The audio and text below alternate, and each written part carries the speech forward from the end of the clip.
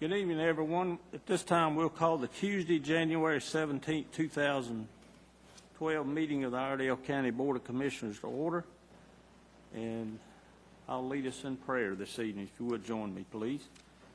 Heavenly Father, we come to you this evening expressing our thanks for all that you do for us. We thank you for the way you've blessed our county. I thank you for my fellow commissioners and our staff and their willingness to serve the people of this county. And Father, this evening we pause to pray for one of our own, Judge Chris Collier, this evening. Father, a man who has served this county for in a lot of capacities for a number of years, an honorable man, but for some reason, Father, sickness has been visited upon him. We pray for him.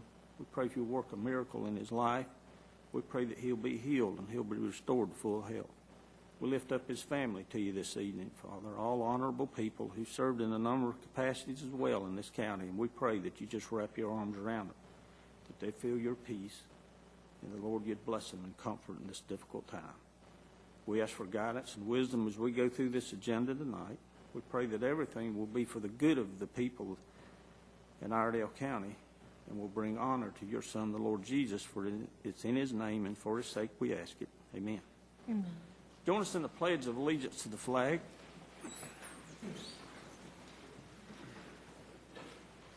I pledge allegiance to the flag of the United States of America and to the republic for which it stands, one nation, under God, indivisible, with liberty and justice for all.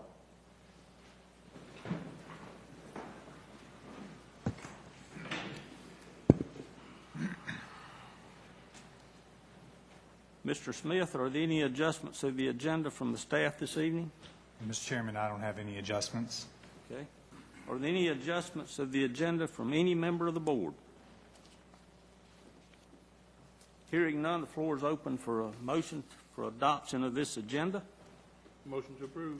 Motion to approve this agenda by Vice Chairman Norman. All in favor say aye. Aye. Aye. All opposed? Motion carries unanimously. This evening we have presentation of special recognitions and awards and the presentation of resolutions honoring citizens Ashley Belsole and Josh Byers. I'm going to call on Commissioner Mitchell at this point, our representative on the Fire Tax Board, if he would go forward and present these resolutions. And if these folks are here tonight, if they would come forward, please. Ashley and Josh Byers. And I would like also everyone in the Fire Marshal's office and members of the Fire Tax Commission, if you also would come forward.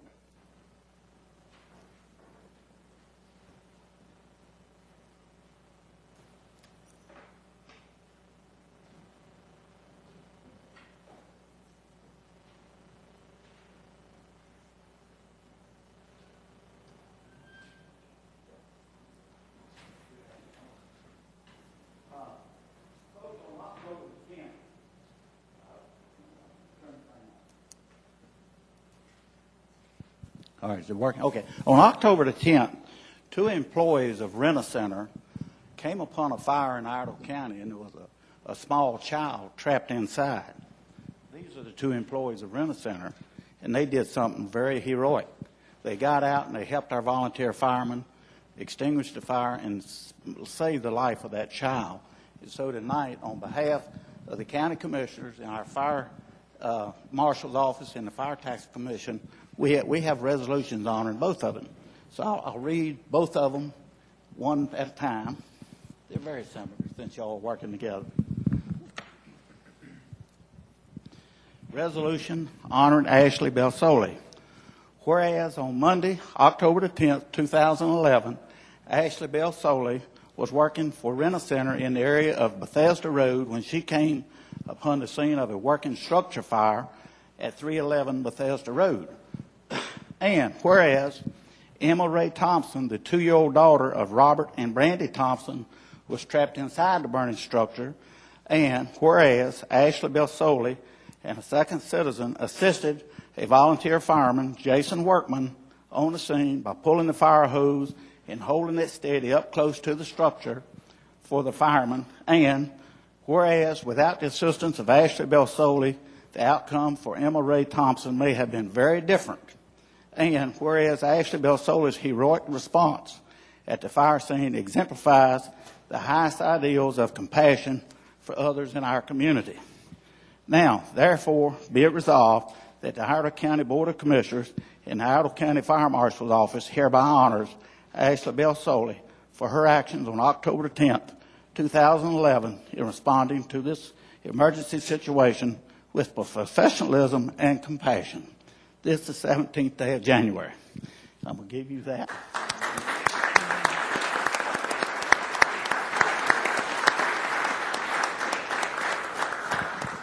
Now we got Josh.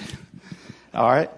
Resolution honoring Josh Byers. Whereas on Monday, October the 10th, 2011, Josh Byers was working for Rent-A-Center in the area of Bethesda Road when he came upon the scene of a working structure fire at 311 Bethesda Road. And whereas Emma Ray Thompson, the 2-year-old daughter of Robert and Brandy Thompson, was trapped inside the burning structure. And whereas Josh Byers and a second citizen assisted a volunteer fireman, Jason Workman, on the scene by pulling the fire hose and holding it steady up close to the structure for the fireman. And whereas without the assistance of Josh Byers, the outcome for Emma Ray Thompson may have been very different. And whereas Josh Byers' heroic response at the fire scene exemplifies the highest ideals of compassion for others in our community.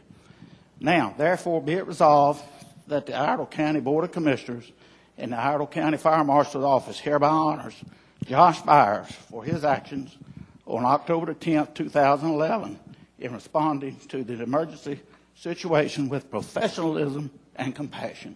This is the 17th day of January. Josh, thank you so much.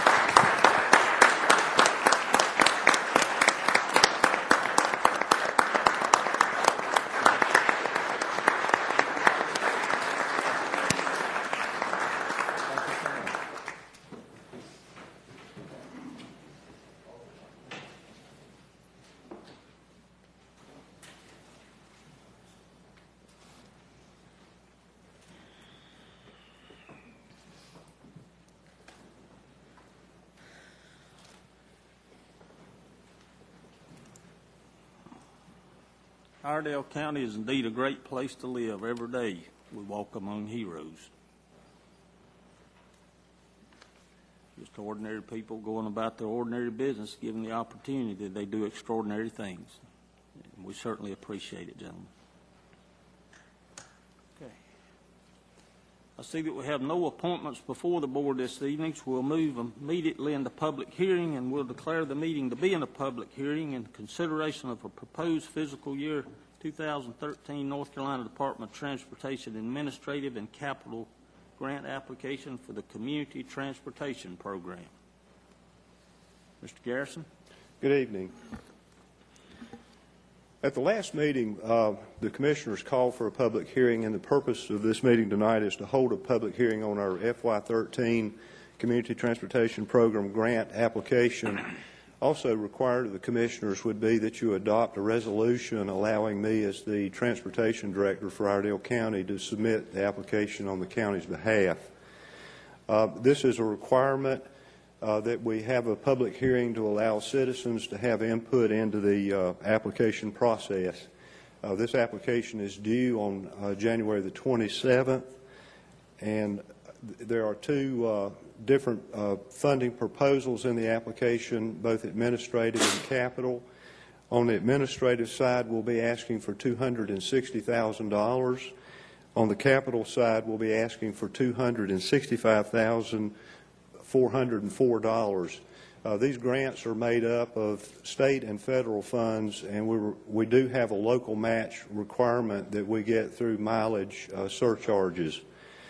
Just for information, the Community Transportation Program is important to this community because in our last fiscal year, we provided over 118,000 passenger trips in our rural communities. So I'll be happy to answer any questions.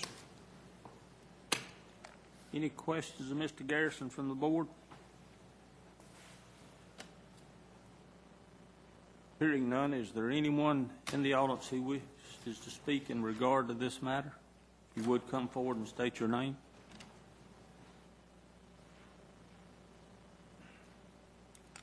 see no one at all. At this point, we'll declare the public hearing closed, and the floor is open for a motion. Chairman, I move for approval. Okay, motion for approval from Mr. Mitchell. Any discussion on that motion? Hearing none, all in favor say aye. Aye. All opposed? Motion carries unanimously. I once again declare the meeting to be in a public hearing in consideration of a proposed North Carolina Department of Transportation FTA Section 5310 Elderly and Disabled Grant Application. Mr. Garrison? These are federal funds that are available to communities for special projects. Again, this is a public hearing, and we're allowing citizens to have input into the application. Also, the required action on the part of the board would be to adopt a resolution allowing me to submit the application on behalf of Iredell County. These grants have a 2-year period of performance. The performance period on this grant would be July the 1st of 2012 through June 30th of 2014. And again, the application deadline is January the 27th. This grant that we're proposing actually sprung out of a need for additional dialysis transportation in Iredell County. We will be asking for $100,000. Of that, 50% is a local match, which we obtain from fairs by using our state road funds and state employment funds. Just for information, last fiscal year we provided over 14,000 dialysis trips in this county. So I'll be happy to answer any questions you might have. Any member of the board have any questions for Mr. Garrison? Hearing none. Again, this is a public hearing. Is there any member of the audience who wishes to speak in regard to this matter? If you would come forward and state your name, please. Hearing none, we declare the public hearing to be closed, and the floor is open for a motion. Chairman, motion to approve the grant request. A motion for approval comes from Vice Chairman Norman. Any discussion on that motion? If not, all in favor say aye. Aye. Aye. All opposed? Motion carries unanimously.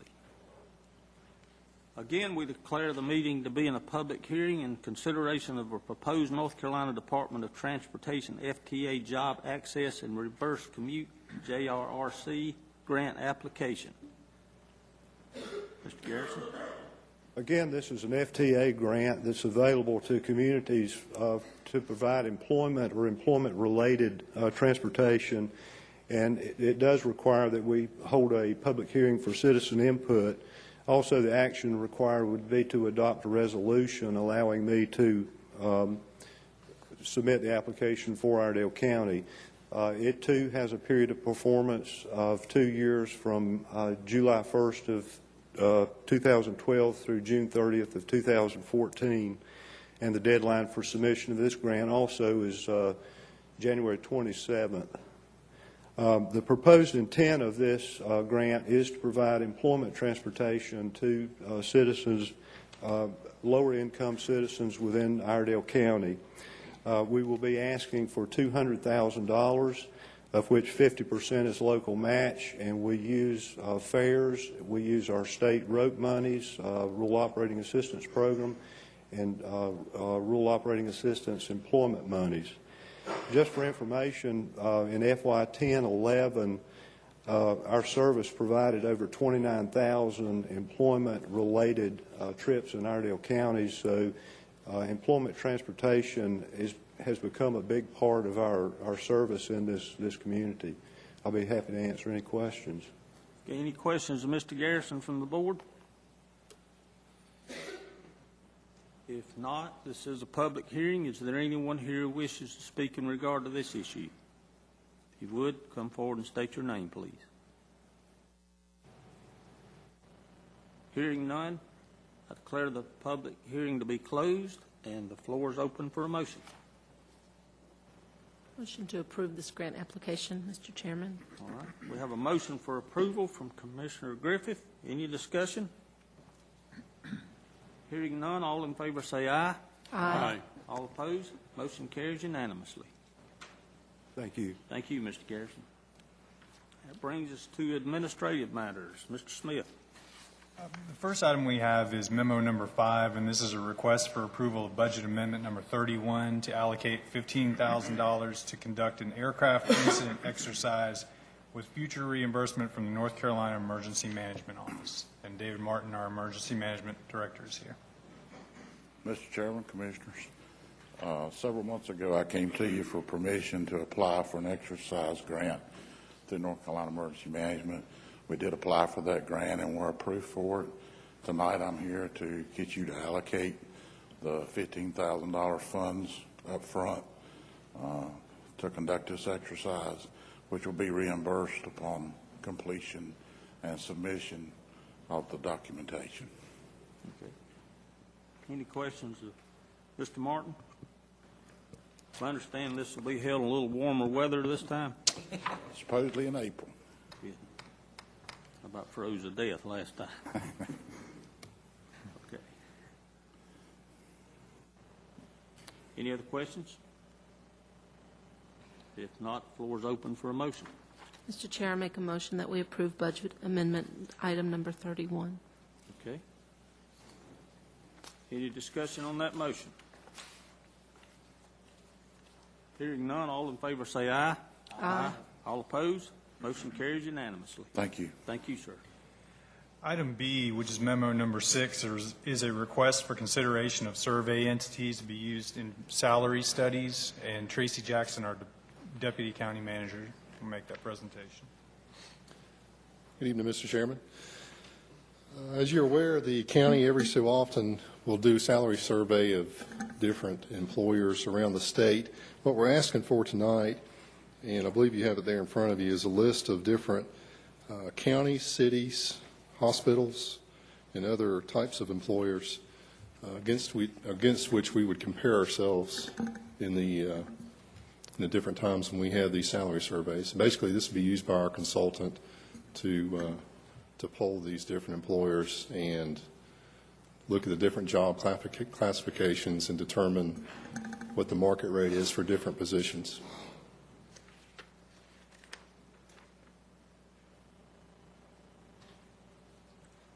Any questions of Mr. Jackson? Mr. Jackson, I noticed you got removed Robertson, Pitt, Wayne, Craven, and Nash. Demographically, they don't measure up to us, or what was the reasoning behind that, sir? I think in our discussions as staff, the conclusion we reached was that, and it's nothing against Eastern North Carolina, it's just that we tend to relate more to the more urban areas in the state when it comes to some of these positions and salaries, and that's one of the reasons we discussed dropping those folks off, or those comparison counties. Okay. And you'll notice there is a range of different sizes in terms of counties. We did need to find a floor and a ceiling, if you will, when it came to these different counties and different entities, so that there could be a range of different positions, employers against which to compare ourselves to. Some are chosen because their county's about our size, and some of them simply because they're located close to us. And right. they have Similar in terms of the market and the region when it comes to hiring candidates for different positions. Mm-hmm. Okay. Any other questions? Were there 5 counties added for the 5 that were removed? Did you add 5 additional counties, or did I don't know the that there numbers was any just drop? magic number when we came to our conclusions. We just brainstormed amongst the staff as far as the region and comparison counties in terms of size and some other factors. Yeah, it was 4. We added 4. Okay. Okay. Any other questions?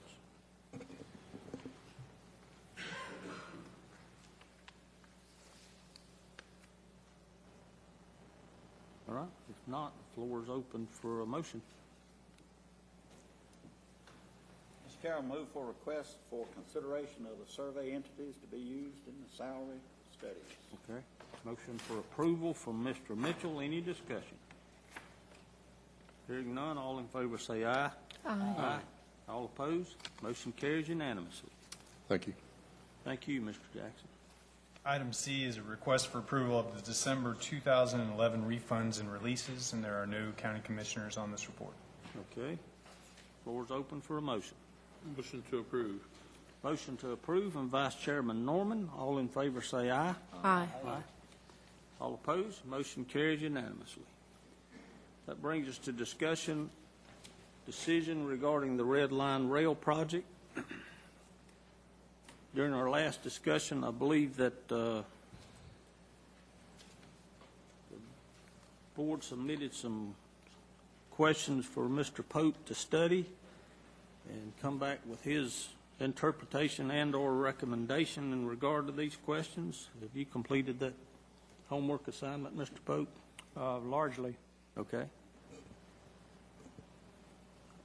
Mr. Chairman, shall I just go ahead and attempt to answer the question? Yes, sir. Just go ahead. You have the floor. Commissioner Robertson posed 4 questions that I wrote down this way. If I didn't write them down correctly, I'm sure somebody will straighten me out. I did quite a bit of reading and learned more about special assessment bonds and tax increment financing bonds than I really would like to know. But even so, I don't claim to be any kind of an authority, nor do I claim to be able to answer a lot of questions that you might have. I think I can answer the 4 questions that were posed to me. And those questions and what I perceive the answers are as follows. First question, I believe, was who votes to be in the district? If the owner is a corporation, who votes for the corporation? Is that correctly the first question? It's important to understand here that what is being proposed is actually 2 kinds of districts, and they're created in different ways.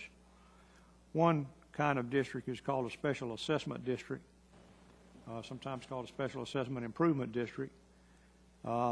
Those districts are created by a vote of the property owners in the district.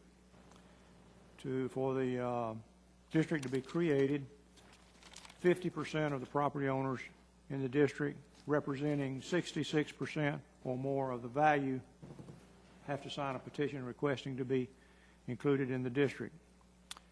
For the tax increment financing district, that's created by you guys, or by the actually by the joint authority. Whoever the municipality is that's issuing the bonds, I guess, would create that. You would have whatever input in that you wanted to have in that. Now, as to who votes in the corporate context, where the property owner is an individual versus a tenant, the owner would vote, not the tenant. Where the property owner is a corporation, the board of the corporation is charged by law with setting the policy for the corporation and approving who has what authority to do what. Generally, corporations authorize the president, and in the president's absence, executive vice presidents or other officers to execute documents like would be required to vote in this situation.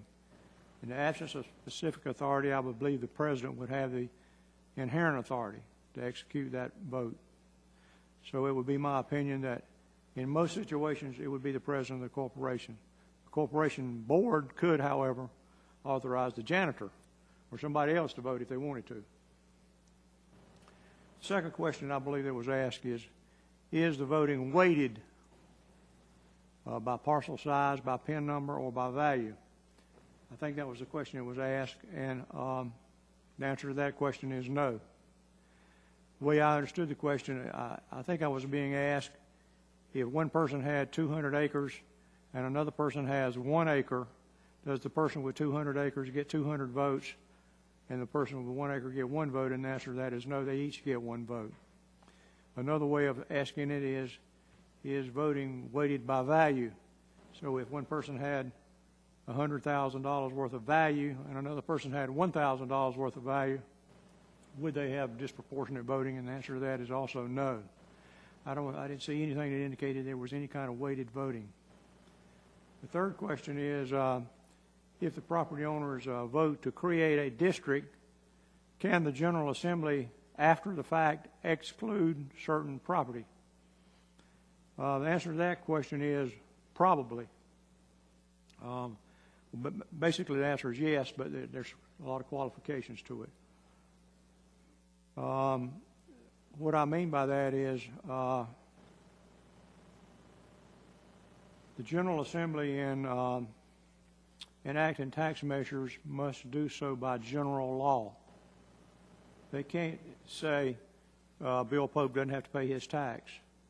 They have to say that all people over the age of 50 who live on a certain side of the street or who have certain disability or who are losing their hair don't have to pay their tax. That has to be based on a law of general application, and it has to be there's some constitutional restraints associated with it. You have to can't violate the equal protection clauses. And I think it's important to point out as well that local governments cannot exempt property from taxation. Only the General Assembly can do that, and they can only do it by law of general application. And then they face some constitutional constraints in doing so. The fourth question, and probably the one that's the most important to you, is if the revenues fall short, is the county on the hook for the deficit? I don't know if I'm articulating that question exactly the way it was posed, but that's the way I understood the question. And the answer to that question, I think, is no. I don't think the county is on the hook. I'd like to read you a couple of things. I have based my answer on the assumption that both of these bonds, and it's important to keep in mind that there are actually two kinds of bonds proposed here, the TIF bonds and the SAD bonds. I've assumed that both of these bonds are what's called revenue bonds. It's been represented to me that that's what they are, and I believe that's what is intended. And the legislature specifically says that for revenue bonds, they don't constitute a legal or equitable pledge, charge, lien, or encumbrance on any of the municipality's property or on its income, receipts, or revenues, except the funds which are pledged under the bond order authorizing the bonds, and neither the credit nor the taxing power of the state or the municipality, as the case may be, are pledged for the payment of the principal or interest on the revenue bonds, and no holder of any revenue bond has the right to compel the exercise of the taxing power by the state or by the municipality. I say I've assumed these are revenue bonds because I'm not 100% sure they are. The statute defines a revenue bond as one where the project is owned by the issuing unit. Now, the issuing unit here would be the joint powers authority, I believe that's what they call it. I don't know what the project would be that would be owned by them. I believe the line's going to be owned by whoever owns the track. And I don't know who's going to own the stations and all that kind of stuff. Perhaps there are answers to those questions. I've assumed that there are answers and that these, in fact, are revenue bonds for purposes of answering the question. The question is a technical question, and that is, does the county have legal obligation on the bonds? And I believe the answer to that is no, if these, in fact, are revenue bonds. And again, I believe it's contemplated that they would be revenue bonds. I don't know what obligation the county has other than legal obligations. You will recall, or maybe you will recall, that we looked into these matters on a couple of other occasions, specifically with regard to the Langtree project, and concluded at that time that there would be some reputational taint associated with a default. And we were not able to quantify that.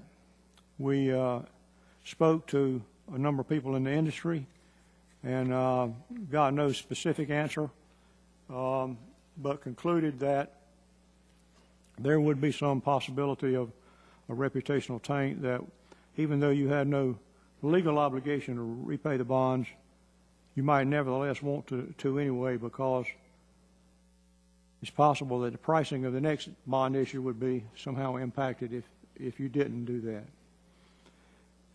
There is the only situation of which I'm aware in North Carolina in which there has been TIF bond is in Roanoke Rapids.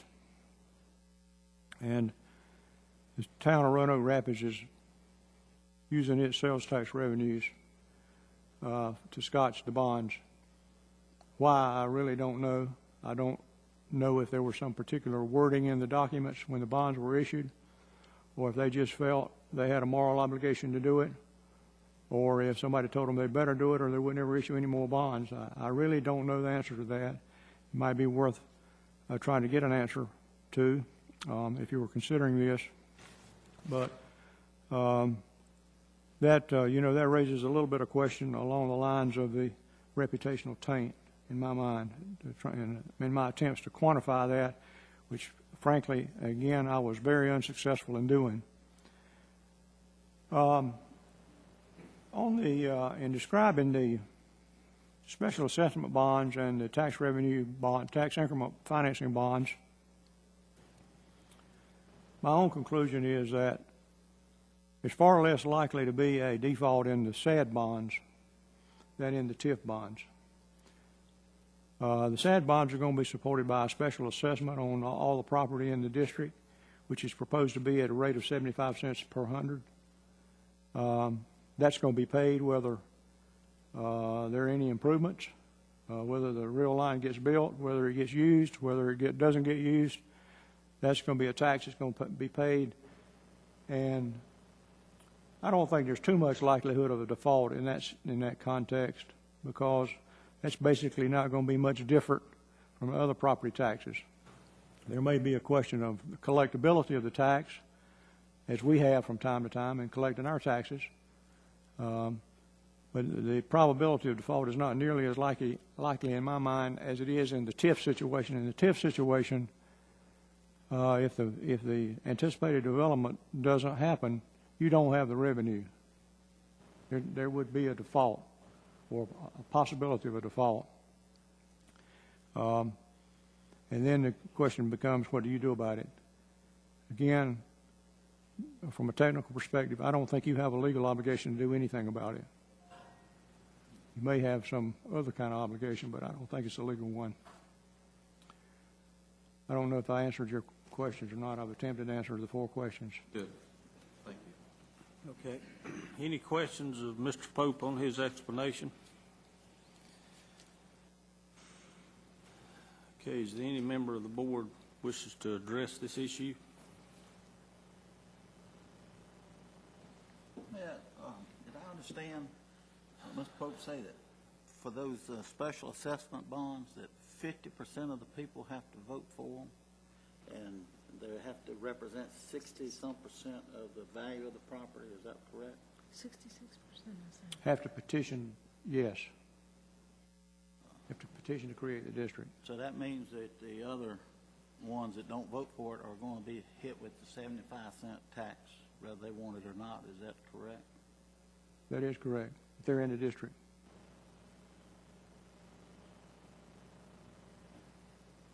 And is that same rule applied for the TIF district? It's my understanding that the TIF districts are coterminous with the SAD districts. What I was told is that there would be a special assessment district created around each stop of the train. And that would be, I don't know exactly, but something like a half mile or a mile in each direction around the stop. The TIF bond is not a tax increase. You wouldn't increase the tax to retire those bonds. What you would do is you would agree that everything over the base goes to pay the bonds. So if you adopted this in 2012, the base would probably be whatever the property was worth on January 1 of 2012. And any increase in taxation over that baseline would be applied to reduce the bonds. The business proposal that I saw would reallocate 25% of that back to the county.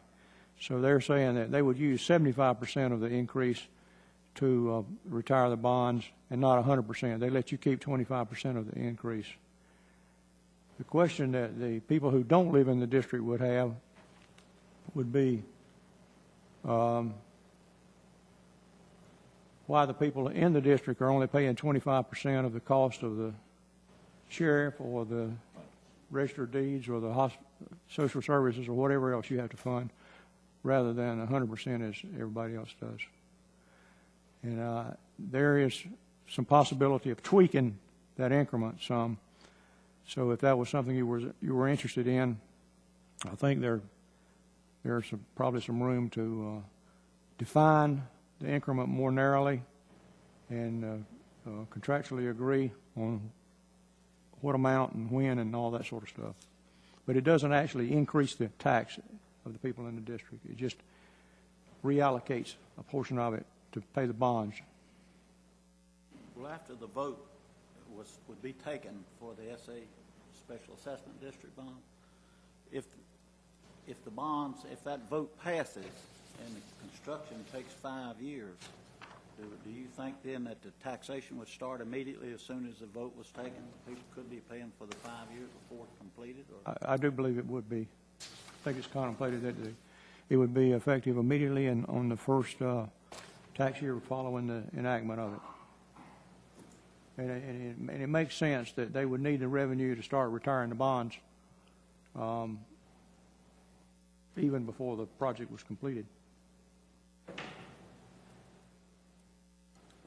Okay, any other questions? I have a few comments. Yes, ma'am.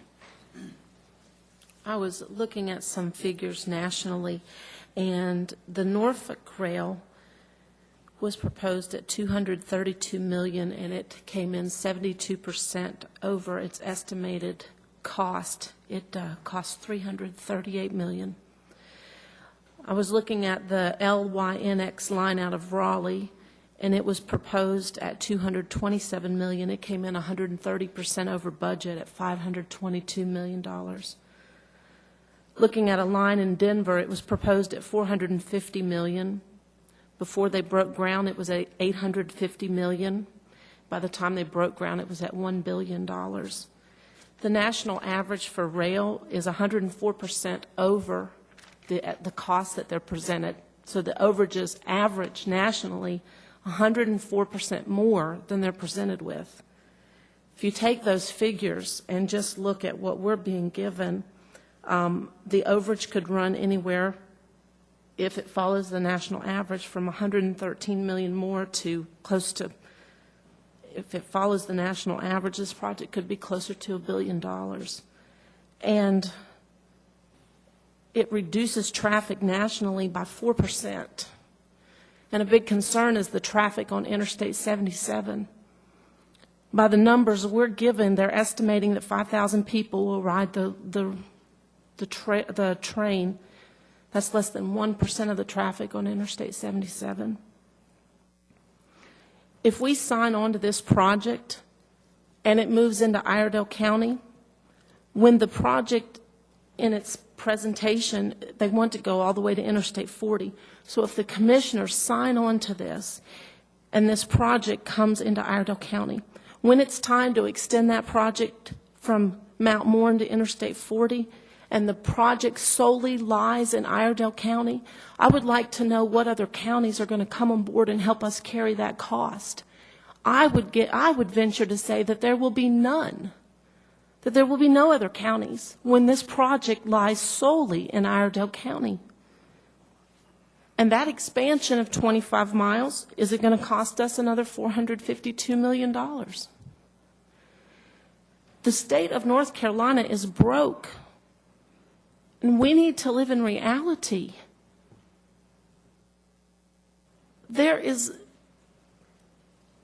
We have to look at this as a business, and the business model is flawed.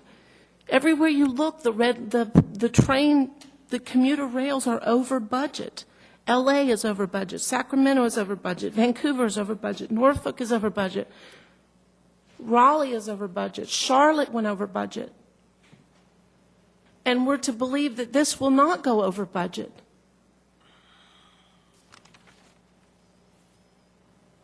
I'm going to sound like Chairman Johnson. My mama always said actions speak louder than words, and I sound just like you. I'm not meaning to. But if you look at the actions of the rail projects all across the country, and not just rail projects, but any projects that the government is in charge of starting and finishing, they never come in on or under budget. They're always over budget. And I cannot, in good conscience, sign the paperwork that will hold the taxpayers of Iredell County hostage to a tax bill that potentially could exceed the numbers that were given. And then when the project is to be extended, we will solely be holding the bill. And these are very, very serious issues that I don't take lightly. I am not anti-progress. But in the economic times that we live in, I cannot see this as a good investment. Thank you, ma'am. Anyone else? Mr. Johnson, if I could, I'd like to, let me go through and kind of list out some of the objections or concerns that we as a board have, and explain it so that hopefully you can see kind of the other side of the pancake. You've heard a little bit of it already, and I'll try not to repeat too much. But first of all, I want to say something so that we can it can be out and we can accept it. We understand that there will be some people who would love to ride the train to work from Mooresville, that it would be a benefit, it would help them, it would make their life easier. We understand that for the people who want to ride the train, that it would be a benefit. We understand that. And I also believe that there would be some number of people who would want to live close to the train. So we accept the fact that there are positives involved. So that's done. Let's talk about the things that give us reason to be concerned. The historic cost overruns that we see nationally. Sometimes you can just say, well, gee whiz, these guys are cooking the books. And I don't think that we're saying that. What I would say is that based upon what's happening nationally, I would at least make the assumption that estimating rail cost must be extremely difficult. Now, I'll give them that, assuming that they're not trying to make a rosy projection. In Seattle, they estimated 25 miles of rail would cost $1.8 billion. They ended up building only 17 miles for $2.6 billion. And right now they're looking at making it go a total of 21 miles, and they believe it'll be about $15 billion before it's over with. In Denver, their original cost estimate was $4.7 billion. The cost ended up being $7.9 billion. In New Mexico and Albuquerque and Santa Fe, their train ended up requiring about $10 million in government funding annually. And you've already talked about Norfolk. So there are plenty of other examples of where good-intentioned people just flat missed these cost estimates by huge margins of money. In Charlotte, let's go closer to home. Let's just go back and think. The NASCAR Museum, the Convention Center, the rail that's already been built. I mean, have you heard that any of those came in under budget? So I would say that if you narrowed it down from a national perspective and just looked at it from a Charlotte regional perspective, I would say that those folks have difficulty coming up with accurate figures of what things will cost and also the revenue stream or the number of visitors. Now, we asked a very specific question when this was presented to us. We said, what happens if the cost ends up being higher than what is estimated, or if the revenues from either the tax districts or ticket sales or whatever reason, if the revenues come in lower, what happens?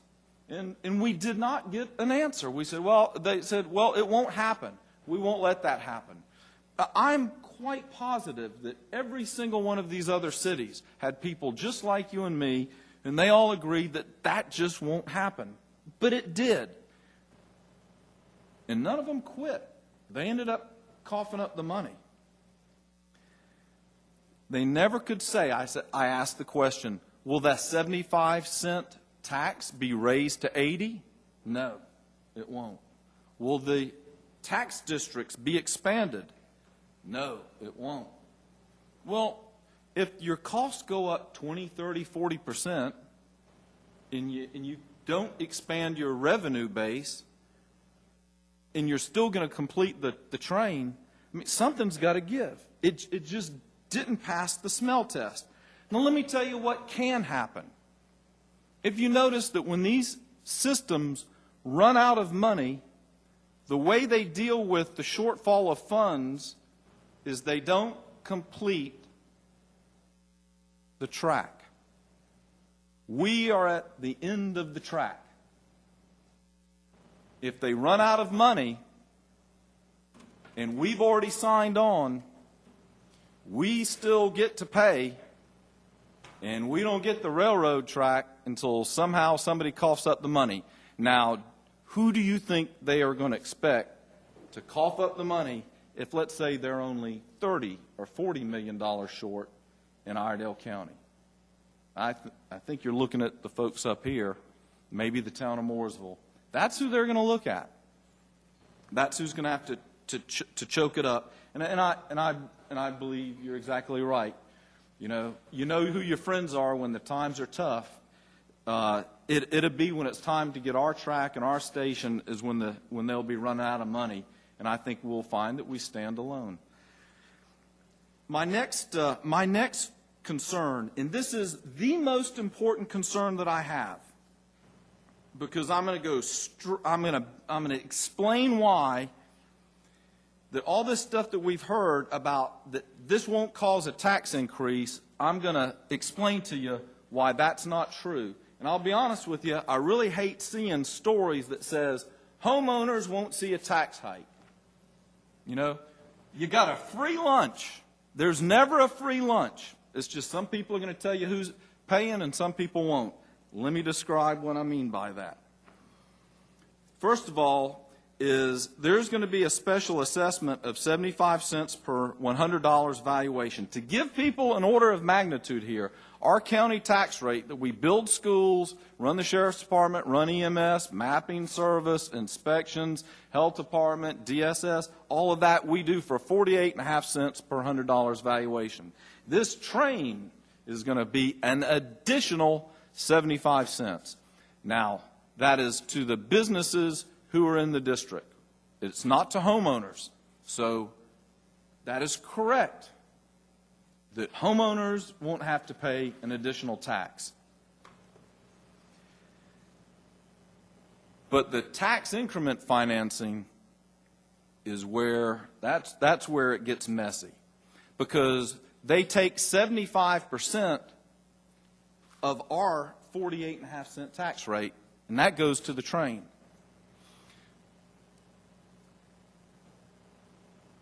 A problem that I have, one of the problems that I have is there's already an exemption on this 75-cent tax rate. Let me go back to the special assessment district. There's already an exemption that not everybody has to pay the 75-cent tax rate. Once you open the can of worms of who gets exempted, even though it may not be easy from the General Assembly's perspective, you can suspend rules, you can do stuff. I am very suspicious when government officials start picking winners and losers, because when it's all said and done, we're going to end up being losers. That's just the way it always ends up working. But anyway, okay, let me go back to the tax increment financing. The tax increment financing says that the tax value that people are paying on their property now, we will get all of that even if the train comes. But if we sign on to this any improvement to any of those properties, that 48.5-cent tax rate that is Iredell County's tax rate, the train gets 75% of it. And you go, well, you know, that's okay because that's development you normally wouldn't have. And if that was a factory, you could say, well, okay, because we do that all the time. We give people an 80% rebate back on if they come and they build a big factory. But the development that is being projected around the rail stations are not big factories that make hundreds of thousands of widgets an hour. It's transit-oriented development, high-density development. In Iredell County, we call those condos and apartments.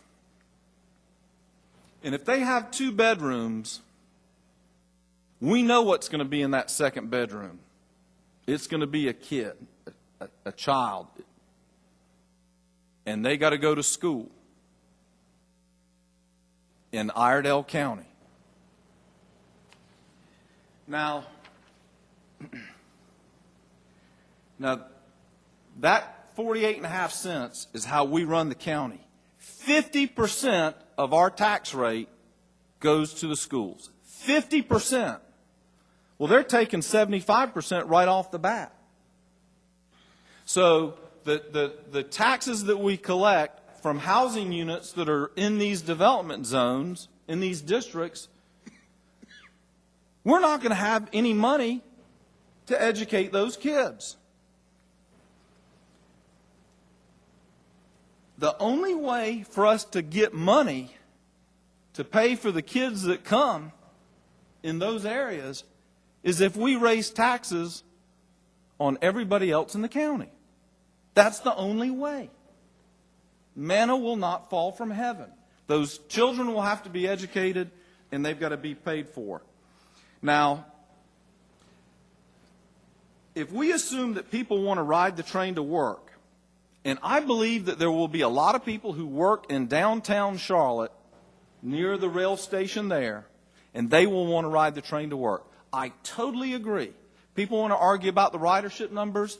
I don't. I believe a lot of people will want to ride the train to work. Who's going to be the people that want to live here, come and live here and ride the train to work? It's going to be people who already work in Mecklenburg County, they live in Mecklenburg County, and they have children in the Mecklenburg County schools. And we know how popular that school system is. And when they look at Iredell County taxes, and they look at the Mooresville Graded School District, which is the number 2 school district in the state by one measure, and number 3 by another, and Iredell Statesville schools, which they're lower down the list, but they are still seen as a very, very good school system.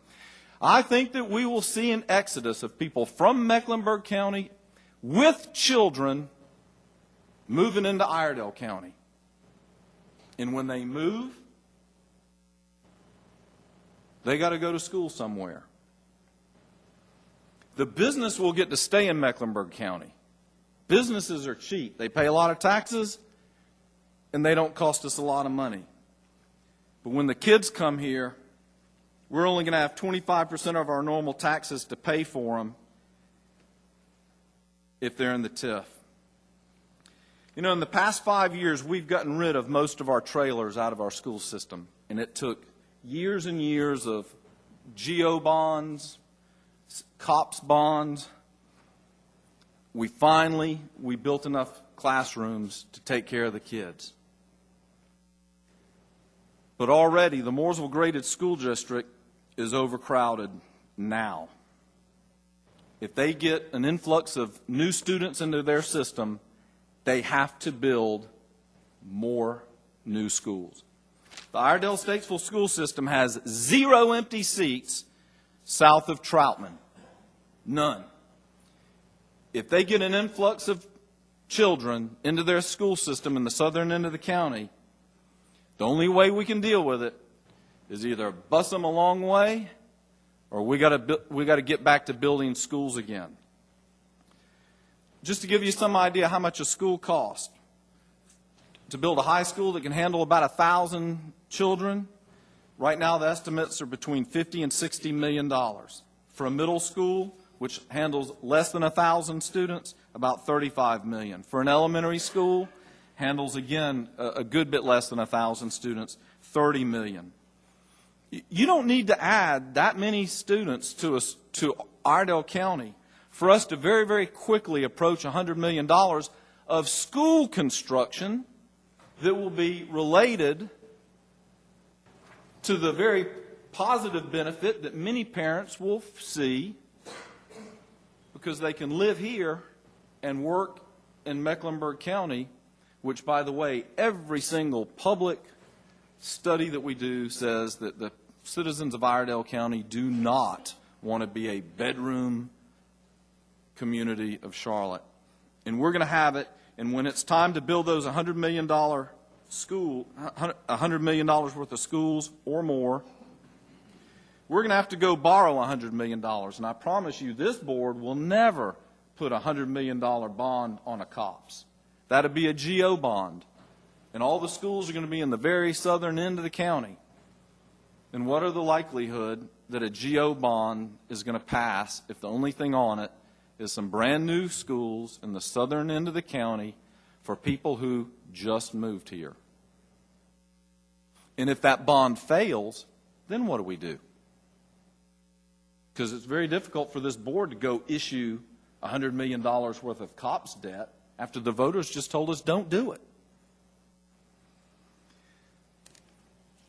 This is going to be a tough sell, and right now I fear that we may fix a transportation problem for some people, but we will create a massive school problem that we just got finished fixing.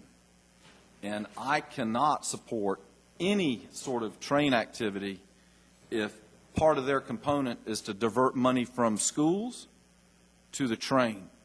And until that part is fixed, I'm totally out. I agree, Ms. Griffith, the state is broke. I-77 needs to be widened. You want to relieve congestion? Widen I-77. I'll stand up and cheer, do the wave, whatever it takes. I-77 needs to be widened. If that's what we want to do to make it easier to get to work, widen the interstate. We all know that needs to happen.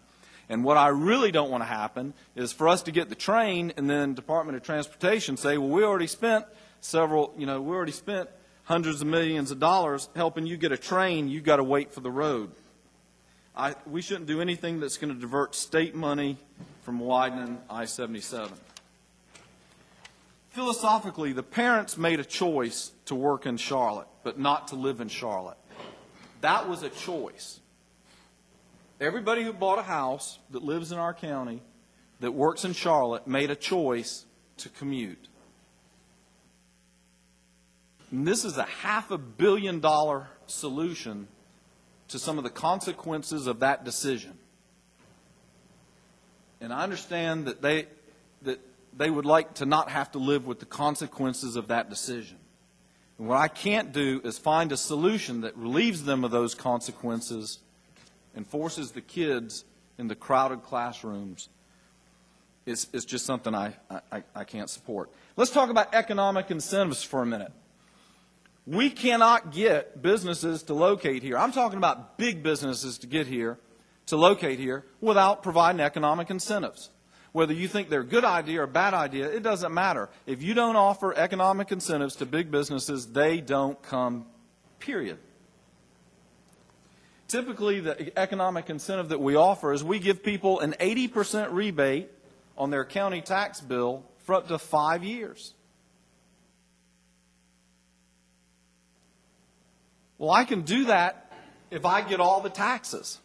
What happens when I don't get all the taxes? I only get 75% of the taxes. I can't rebate very much. And then what about that 75 cents on top of our tax rate that the train's going to ask for? Do you think that businesses, when they expect us to give them 85% back of a 48-cent tax rate, what do you think that they're going to ask when they're looking at a 75-cent train tax on top of it? When they want, that's not a rebate. That's a transfer from the taxpayers of Iredell County's treasury That's a direct subsidy. And I promise when they come, they'll say, well, if I was going to build an XYZ location and they don't have the train tax, you got to take that off the table. And they will expect us to do that. So I think that by virtue of having the train and having these special tax districts, you've just made our cost of corporate recruiting go way up. And you go, well, wait a minute, the train's supposed to attract businesses here. Go do an internet search, and what you find is they still, in order to get businesses, not apartment complexes, not condos, but to get businesses to locate in these rail corridors that have extra taxes put on them, they had to give the incentives anyway. And I mean, we've seen that here locally. The city of Statesville and Iredell County have gone in together to do improvements at our airport so that we could get corporate jets, and that would help us attract industry. Because if they have jets, we have an airport, it's close, it's convenient, and that's a good thing. I'm glad that we did it. But when the industry came, we still had to do the economic incentive on the aircraft. So even when you lay out all the infrastructure that's supposed to want to bring businesses here, before they come, they still ask for that incentive. These are tough issues. You know, whenever somebody is trying to get you to do something that you normally wouldn't do, they always appeal to your greed. When people say that you can get a $500 million railroad and it's not going to cost you anything and there's no risk to you, we should all be suspicious. Not because anybody's trying to swindle us or cheat us, but there's another side to that pancake that we all need to look pretty darn hard at. And some of the ramifications that I talked about here are quite expensive. Just picture, after $500 million is expended, and that railroad is almost all the way to Mooresville. And if we just come up with $30 million, we get the train. But if we don't come up with $30 million, well, y'all got to wait another 15 years. I mean, what's going to happen? That's that reputational taint. We're going to look like idiots. You know, you spent $500 million. Now for $30 million, you're not going to finish it. When people say you can't lose, man, the economics are great, you can't lose. Go ask the town of Mooresville commissioners who were told, man, we've got a tight deal, buy MI Connection, buy this cable company. Man, you're going to make money. It's going to help you. It's not going to cost anything. And every year they're writing checks. So I just ask that we have some honesty and openness about the risk that we're being asked to take. And those are the concerns that I have. And until we address those concerns, I can't fully support the rail plan as it's written. So thanks for giving me a little bit of time here. Yes, sir. Yes, sir. Ken, I tell you and Steve and Marvin have been involved with this rail study for 10 years and a while. I really appreciated hearing what you said tonight. You really brought out a good point. But one thing you mentioned when you were talking about the special assessment district, you said that the businesses in there would be taxed. How about the single-family homes and the apartments? Will they also be hit with that 75-cent tax? The 75 cents on top of the 48 cents would only be for businesses.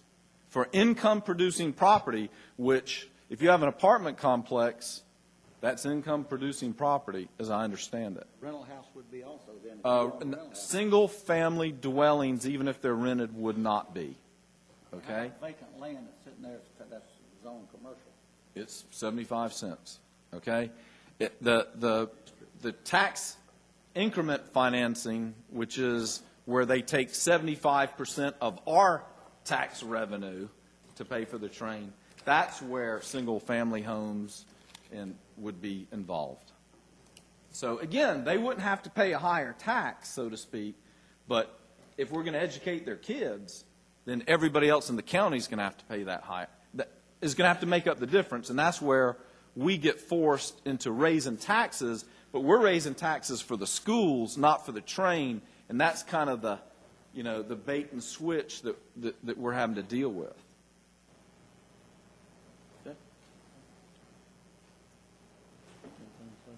I gave Ken about 10 minutes. Did you? I'm going to make a few remarks. I'm not bragging or complaining. I've listened to this longer than anybody else up here, so I think I've earned the right to say a few things, if you'd please indulge me. I won't recite all of the information I've gathered. I've honestly got a file in a drawer down at my parts store that is probably about 2 feet thick on light rail. I've studied this subject for years, more than any other subject I've ever studied in my 17 years plus as a county commissioner. I won't recite all the statistics. If you want the best study that I've ever seen, you need to go to the Cato Institute's website and look at their study of light rail across America. I'll just point out a few major points, and there are a large number of examples in their studies. There's probably more statistics than you care to read. Their study shows that there is no rail transit line in the United States that comes close to covering its operational cost. None.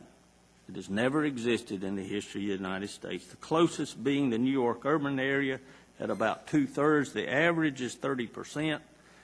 The Charlotte area transportation system is far below the average. In the United States, fares have never contributed 1 red cent toward the recovery of the initial capital cost of a rail project in the last 60 years.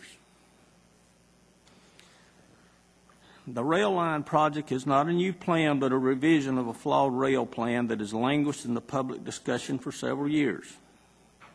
What is new is the DOT involvement in the freight component. What has not changed is that the plan is fundamentally flawed.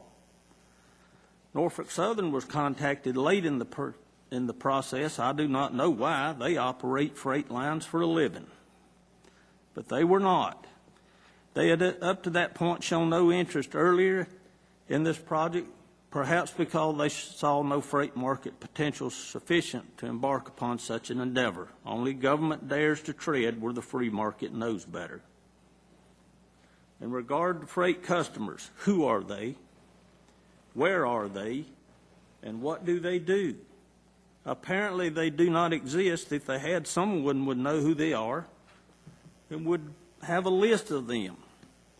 Any sound business plan that I have ever seen has a defined market with potential customers targeted and an estimate of market penetration which result in revenue projections. These revenue projections are then compared to the total of the fixed and variable costs to determine whether the venture will be profitable. This plan has none of that. Proponents put forth the argument that developers will build out properties along the rail line, resulting in tax revenues to fund the project. Who are they? Where are they? And have they made commitments to invest in these properties? What are the total projected investments, and what are the total projected revenues resulting from these developments? Financing in the current economic climate will prove to be difficult to obtain, with approximately 2/3 of properties selling at slightly below tax value, Appreciating values will be almost non-existent, which will make investors question risking capital. In addition, the Sarbanes-Oxley requirement of mark-to-market will cause financial institutions to require substantially larger amounts of upfront cash by borrowers, which will deter investors from making decisions to borrow. Proponents also demonstrate a lack of understanding. Proponents of this rail line also demonstrate a lack of understanding, as Mr. Robertson said, of economic development processes at the local level. The industrial and commercial development along this line will require economic incentives by the various jurisdictions. The incentives paid out to the new company will be approximately 80% of the taxes that they will pay per year for 5 to 6 years, the result being that the full amount of tax revenues will not come in until year 6 or 7. So the amount of tax base created to fund the project will have to be a minimum of 5 to 6 times larger than what they believe it to be, if they've even bothered to contemplate the numbers at all. Iredell County adopted the 2030 land use plan. This is a product of intense deliberation resulting in the best use of property while maintaining personal property rights. The red line cuts through communities across huge areas and contradicts what our land calls for, a plan which had the input from communities in the impacted area. I quote the Cato Institute study again, which says light rail that goes across less urbanized areas such as this creates land czars who determine land use rather than the owners of those property. Another concern for everyone should be the historical performance of ICATS. Folks, it's ugly. You only have to look at their history. They have an abysmal record of estimating construction costs and managing operational costs, yet they will be part of this partnership. The consideration of this project should involve asking questions if we would personally invest in a business where the business consistently underestimates construction and capital costs by huge amounts, and once the capital costs and debt are incurred, they cannot be repaid from profit resulting from operations because the company has consistently lost money. You will never recover the capital cost. Commuter rail and light freight rail owned by governments today remain in existence because any first semester business student like myself 30-something years ago learned this formula. If your total of your variable and fixed cost are less than your loss, it's cheaper to remain in business. That, plus the fact that a bunch of stupid politicians are afraid to admit they're wrong and bail out. Now, those are just the facts by any study that you want to conduct. Come down to my store, I'll open up a file cabinet, I'll lay it out on the desk, and you can spend a week reading it. We're told that there's a cap on construction costs of $452 million. Why should we believe that? Why should you believe anything CAT says? Whose cap is this? Does this mean that once the DOT has reached their cap, they're gone and it becomes someone else's problem? If the development does not occur, how will the debt be repaid? One answer that was given in one meeting says, well, they'll loan us some more money. Ladies and gentlemen, there's a difference in two worldviews here. There's the difference between the way the world is viewed in Iredell County and the way it is viewed in the great state of Mecklenburg. In Iredell County, we believe it when we see it. In Mecklenburg, they see it when they believe it. They sit around and they come up with another cockamamie plan, and they believe it'll work, and it sounds coherent, therefore it must be true. But it has no semblance to the real world. I've been told by a number of people over the last few days that they can't stand me because of the stand I took on commuter rail. But you know what? It's more important to be respected than it is to be liked. It's more important to be responsible than to get along with folks. And I will not subject the citizens of this county to insanity like this. I will not do it. And you know what? If the collective wisdom of the people of the county is that we should do this, they'll vote me out of office. And that's okay. Mama says she doesn't see enough of me anyway. But I enjoy being your county commissioner. And my desire, every time I hear the sound of this gavel, is to do what I think is in the best interest of the people of this county. And I'm doing that here tonight. And I'm not here to pick a fight, but I'm going to do that regardless of who likes it. Thank you very much.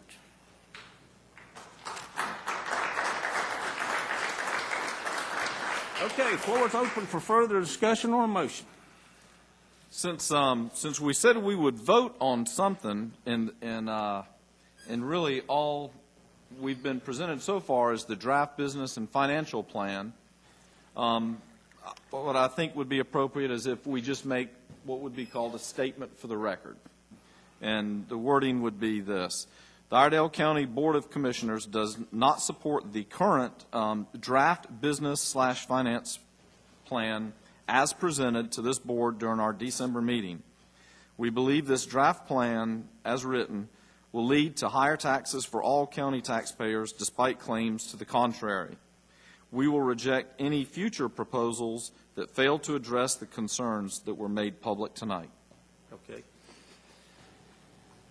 Can I mention what some of those concerns are? I do think that we have an obligation that if we're going to turn this thing down, that they got some target to shoot at. Okay. Each time I've rejected a proposal by anyone here, I think it is unfair to reject it, not tell them what was wrong with it, although there's plenty wrong with this one. But the big points, and by the way, they say wait for the details. The details are not going to save this plan. It's the major components of the plan that are failed. The details will never rescue this plan.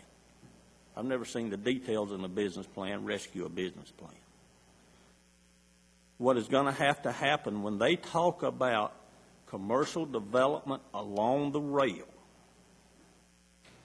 they're going to have to give, in my mind, they're going to have to give the names of people, the names of companies. They're going to have to show where those companies have made a commitment to locate along that rail. They're going to have to show estimated tax value created by the establishment of that company. They're going to have to show the projected revenues as a result of that taxation. That's a lot of work. But you know what? That's their problem. This wasn't my idea. I've got to make a decision whether I'm going to subject the people of this county to this business plan. And in my mind, and my vote will hinge upon the ability of their being able to do that. When they talk about developers who are going to locate along this rail, I want to know who they are. I want to know what type of commitment they have, and they're willing to enter into a contractual relationship to do so. What is the total amount of that taxable value of that property, and what are the projected revenues? The best way, folks, is to insulate the taxpayers of Iredell County against them being responsible for the repayment of this debt is not by some commitment from ICATS, because I don't believe a darn thing they say. Why should I? The best way to insulate the people of this county is with a sound business plan based upon hard numbers. If anybody worked for a U.S. corporation and went into a management office with a business plan like this, I'd be surprised if they had a job. It's no plan at all. It's just a fairy tale of what we hope it will be. There are no hard numbers here. So those are the qualifications that they have to meet. Okay. So, Ms. Moore, we'll do it as written and then just add two additional or specific requests that there be a listing of specific commercial development commitments, and also I guess that would be residential development. I mean, because we're talking. Yeah, development of any type. We can make a decision based on what they present us. And folks, this is nothing more than what I've been asking for nearly a decade. They've had ample opportunity. Don't get your hopes up. They're going to do it. I've been asking for this for years. Now, I'm an easy guy to get along with, but I'm about fed up with these people. Thank you. All right. Okay. So Got it? No, That's that was the the motion. motion. Do we need to read it again? Or Yeah, we're let's good read to it go? again. All right. The Iredell County Board of Commissioners does not support the current draft business finance plan as presented to this board during our December meeting. We believe this draft plan, as written, will lead to higher taxes for all county taxpayers despite claims to the contrary. We will reject any future proposals that fail to address the concerns that were made public tonight. Specifically, we would like to see a list of firm commitments for both commercial and residential development within the special tax districts. Yep, like that. How about adding on there also a commitment from the state that they will pick up any overruns? want to put that in there? That's fine. Yeah, yeah, put that as a tagline. Now, wait a minute, you don't believe cats and you believe the state? I want to see where the I money's believe the coming from. DOT before I If believe. it's on the highway trust fund, or if it's a pipe dream from somebody. I don't Okay. think they're going to be able to get a commitment out of the state. All right. I believe the DOT before I believe cats. Okay. Well, yeah, I mean, but the state has great financial struggles. I mean, this is a But we 30-year need a commitment plan. from them before So even if the state has very good intentions, we're at the end of a debt super cycle here, and I just think the state's going to have The people They who may have manage, trouble the people doing who that. manage individual projects with the DOT, I found them to be very competent, and they do the best they can with what they got. I have a great deal of respect for them. I think the people in Raleigh sometimes who make the decisions for the DOT, their judgment is poor.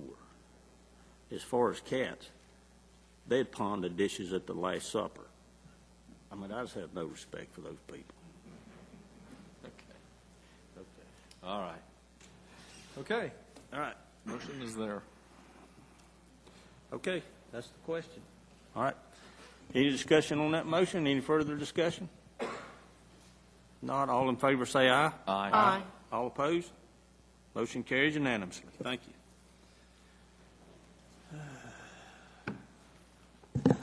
Final item is a request for approval of the January 3rd, 2012 minutes. Okay. Are there any corrections to the January 3rd, 2012 minutes? Hearing none, do I hear a motion for approval? So moved. Motion by Commissioner Griffith for approval. All in favor say aye. Aye. All opposed? That brings us to announcement of vacancies on boards and commissions. The Board of Equalization and Review, we have 6 announcements. And y'all forgive me. Somebody got them in front. You got them in front of you there, Mr. Yes. Here. Got a little juxtaposed here. Current members are Bill Thunberg, Hal Jolly, Mike Brotherton, Danny Allen, Ken Pritchard, and Don Daniels. Okay? Additionally, the chairman and vice chairman will be appointed by the Board of Commissioners. Okay? We have on the Animal Grievance Committee, we have one announcement. The term for Dr. Kim Ball expires on February 16th, 2012. On the Juvenile Crime Prevention Council, we have an announcement. Mr. Rudy Davis, a member of the JCPC, is retired from the Statesville Housing Authority. Bricka Sweet has been Ms. Davis's designee when he could not attend. A recommendation has been made for Sweet to be officially replaced. In the Nursing Home Advisory Committee, we have one announcement of a vacancy. Brenda Rumpel has resigned to this committee due to family commitments. Okay? Thank you, Mr. Robertson. And that brings us to appointments to boards and commissions. Adult Care Home Community Advisory Committee, one appointment. We have an application from Miss Judith Archer. The floor is open for nominations.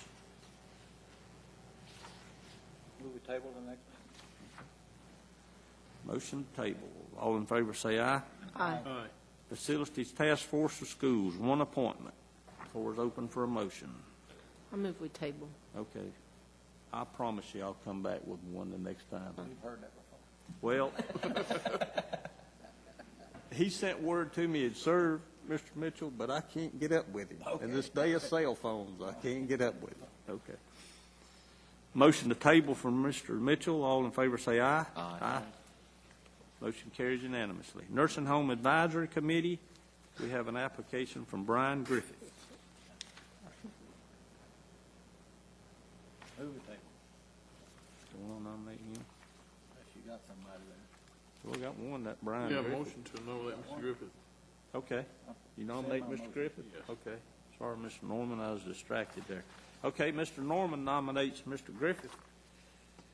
Any other nominations?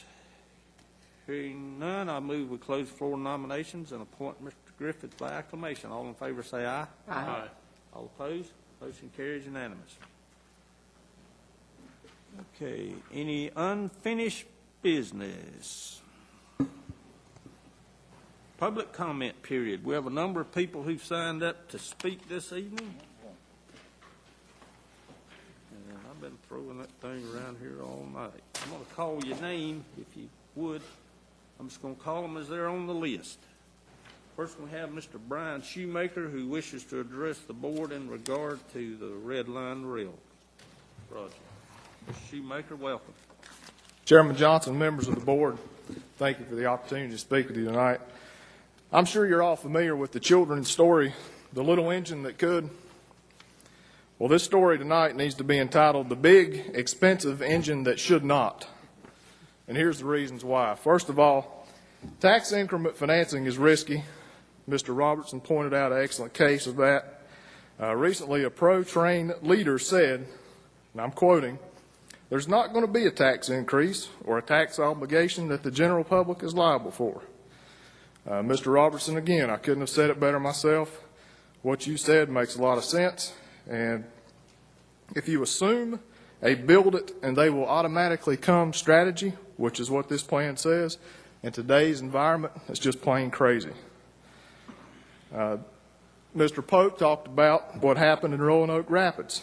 Exact same thing. Those people were sold a bill of goods on TIF financing to build a Randy Parton theater. It was supposed to be a Branson-style project. Well, guess who's holding the bag on that now? The thing failed miserably. The real purpose behind this red line, in my opinion, is to promote economic development, and that's fine. However, rail transit has a poor record of promoting such development. At best, rail transit stimulates development in one area at the expense of other areas. According to a report from the Federal Transit Administration, rail transit investments rarely create new growth, but more typically redistributes growth that would have taken place without the investment. Rail transit is a subsidy, call it whatever you want, but it is a subsidy to commercial property owners and developers. Now, I know there's a lot of people in this room tonight that were pretty furious about the bailouts, stimulus projects, TARP 1, TARP 2, that originated in Washington, D.C., and we all should be upset about that. But to me, it seems terribly inconsistent to rail against D.C. and the bureaucrats there for their intervention in economic affairs, yet support this project, which is fundamentally the same darn thing. It's a bailout, a giveaway. So if we believe in economic liberty, then let's apply it consistently. Chairman Johnson, I believe that Red Line supporters should come up with their own financing. They should assume their own risk. If they believe in this project, they should figure out how to make it work and keep the government out of it. This feel-good, Me Too, vanity train project amounts to nothing but a social engineering tool used to increase property values in already expensive areas and to make some people feel like visionaries. Mr. Chairman, Board, thank you for your time. Thank you, Mr. Shoemaker. You know, I was thinking about something. Every email I get from somebody that says that they really want the train, I'm going to ask them if they'll provide their address and see if they'd be willing to be put in that said district. There you go. For have that extra 75-cent tax. That'd be an interesting question. Yeah. Don't tax me, don't tax you, tax the guy behind the tree. Frank Phillips, is he here? I saw him. Not now, huh? Okay. Matt McCall? Mr. McCall?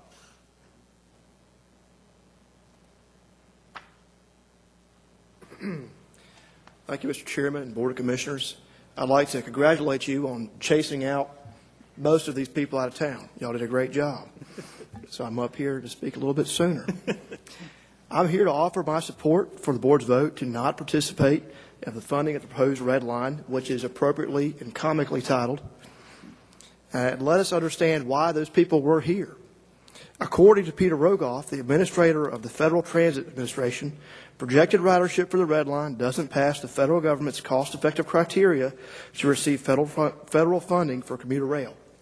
The federal government thinks it's not cost effective. These are the same people who pump money into Solyndra. According to the Cato Institute, which Mr. Johnson, you've mentioned, the operation of Charlotte's current light rail line is heavily subsidized, even by national transit standards.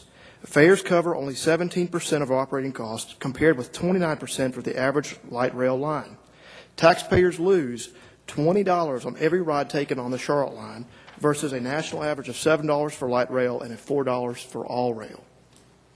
So, in Charlotte, they're not very good at making a cost-effective product, and now we have this proposal that will leverage these costs with tax increment financing and the possibility of freight customers.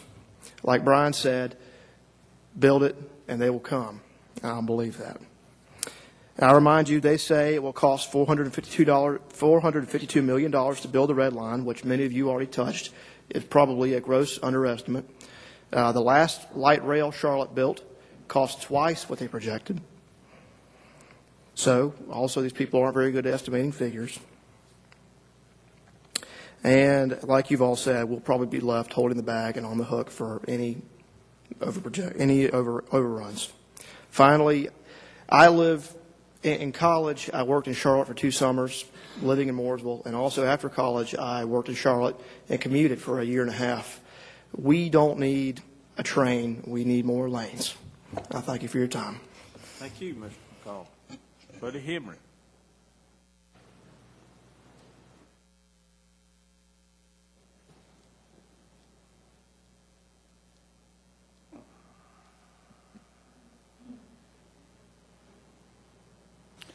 Thank you, Chairman Johnson and Board of Commissioners.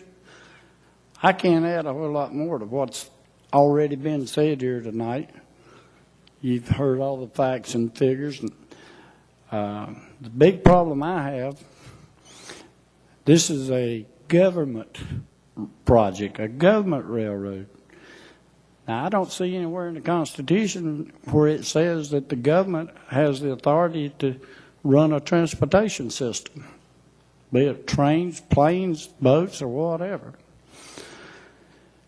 If this was such a good project, why ain't somebody with a name like Vanderbilt down here trying to build a railroad?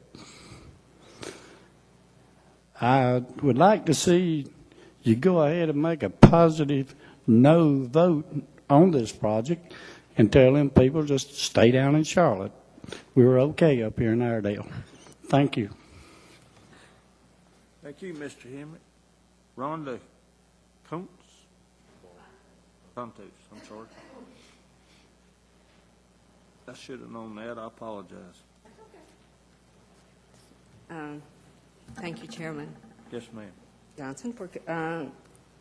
Mine is a different thank you also. I want to thank you for supporting the grant application for the elderly and the disabled for the transportation. And even though this is a transportation issue that you're talking about, and this is to tell you that I support, how much I support you and also the whole council, the commissioners, and I want to make public, or in my opinion, I have a disabled child who attends Lifespan, and without your support for the ICATS, my daughter doesn't take the ICATS bus or van every day, but there's many of her peers that do. And because of that, they would not be able to do that if we didn't have the ICATS vans. And you guys do a great job with the support of that.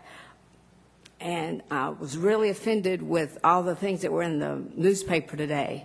And I am here to say that I'm sorry that there's some people in this county that said those things. And I just support you, and I thank you for what you do for the disabled and thinking about them that other people don't think about, the disabled and the elderly, because those are the people that don't have anybody supporting them. Thank you. Thank you, ma'am. Yeah, let's look at these people. Mr. Bob Garrity.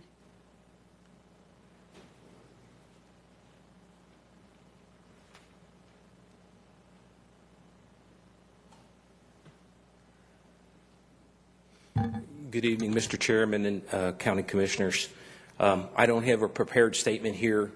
It seems like what I've been hearing this evening sounds like the Republican commercials back and forth of the presidential candidates, slamming going on both sides. I don't like that. I live in unincorporated South Iredell County, Mount Morin area. I think this project is a good project. I come from a Fortune 500 company where I was an engineer, manager, and a director. I believe I have a decent vision of the future. And I think what I see and what I have heard and what I've listened to in the 7 years I've been here, this is a positive direction for this county to participate in. I don't believe that this county is the end of the line. Maybe Statesville thinks it might be, but Mount Morin doesn't. Mount Morin wants to be on the line, doesn't want to be the end of the line. I would love to see this commuter rail, not light rail, come all the way to Statesville. It would benefit me. I think some of the comparisons I've heard are not apples to apples because this is not light rail. It's commuter rail. It uses an existing rail bed being converted, updated to allow passenger movement. And I think some of the comparisons I've heard aren't realizing this. It's not an apples to apples on overruns. Those were new builds, light rail, purchasing properties, building road beds. This is not the same thing, at least not what I've been seeing and listening to. I've been involved in school growth also. School growth comes from people moving into a community.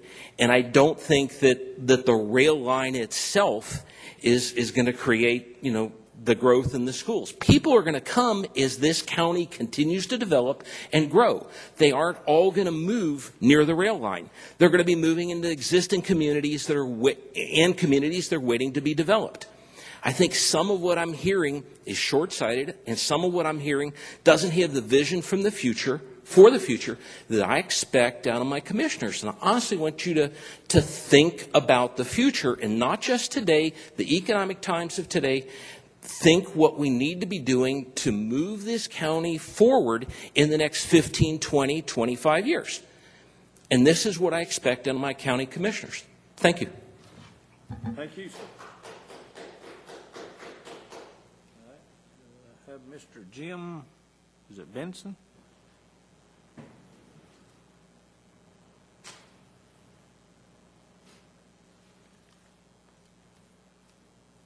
My name is Jim Bensman. I was a commissioner in the town of Cornelius for 10 years, and I retired and did not run in November. I got to tell you, this is the best meeting and dialogue between elected body that I've seen in the last decade, so thank you very much. It was very, very well done. I was involved in the rail project for quite a while, and have studied this. I don't have 2 feet worth of stuff, but I've got a lot of stuff. There are a couple of things that I would like to mention. Their projections are for between 82 and 100,000 people to live along this line. My wife and I recently sold the business, which happened to be a dog daycare and boarding facility that I think would end up within the special assessment district. And the increase in our taxes, or for the new owners' taxes, would be close to $10,000 a year starting next year, without no clear benefit as far as a return on that investment. And we had lunch with the new owners, and that's going to be a big hit for them. This rail line was designed as a passenger line. It was never designed as a freight line. Norfolk and Southern was not even talked to about this until 3 days ago. So Norfolk and Southern hasn't approved the design, hasn't determined what they'd have to do to make it work. Carol Gray and I had lunch with some Norfolk and Southern executives a couple of years ago, and then they told us it wouldn't work as a combination, that you couldn't run freight and passenger on the same line. So we don't even know if the technology would be the same, even if they were able to do it, because Norfolk and Southern had to do the dispatching. We don't know yet whether their technology is the same as what was originally done when this line was designed a decade ago. 2 other quick things. You did kind of leave the door open. You set a high bar, but you did leave the door open. And the other municipalities, like Cornelius has a task force working on this, they're going to be a little confused as to what to do. They could stop based on what you said, or they keep going, assuming that the others might come up with meeting the high bar that you set. The last thing is the free lunch argument. The municipalities have been told there'd be no liability. I've been to the Red Line presentations. I've read all the documents. I've been to the Cornelius Task Force meetings and all that stuff. Well, technically that may be true. However, the state would have to back it. The state would have to back it. So we're all state taxpayers. But I also find it hard to believe that the state would accept that kind of liability without holding the municipalities along the line accountable to do what they need to do to support it. Why would they do something where nobody along the line would actually have any skin in the game? The other thing to look at as far as the support costs, and I know I'm out of time, but it's more than schools. What roads are those 82,000 to 100,000 people going to drive on? In the town of Cornelius, this projection almost doubles our population, and we barely have the road infrastructure to support what we have. So I appreciate what you did. The only thing I'd ask you to think about is you left the door open a crack, and what are you going to say to the other municipalities when they call you tomorrow morning? Because they're not going to know what to do, and all of the Red Line people ran out the door after your vote. So thank you very much, and thank you for all your comments and insight. Appreciate it. Thank you, sir.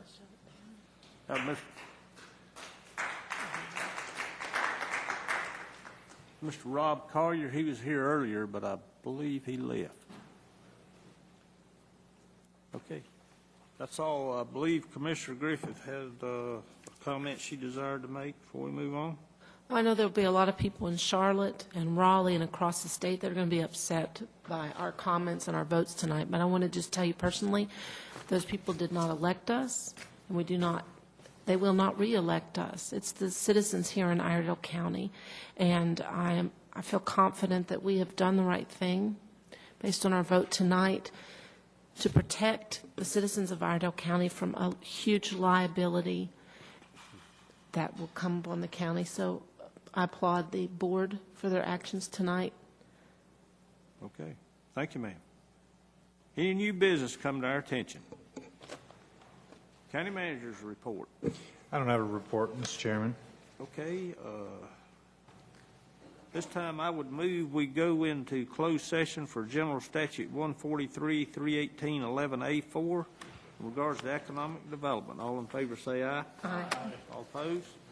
Motion carries unanimously.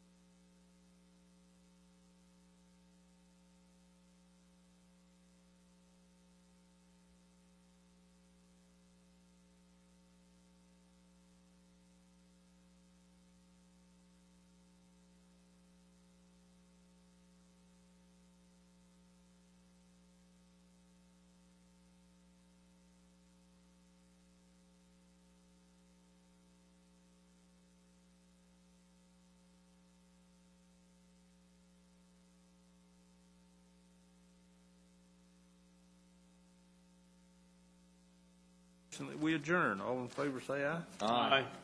All opposed? Motion carries unanimously.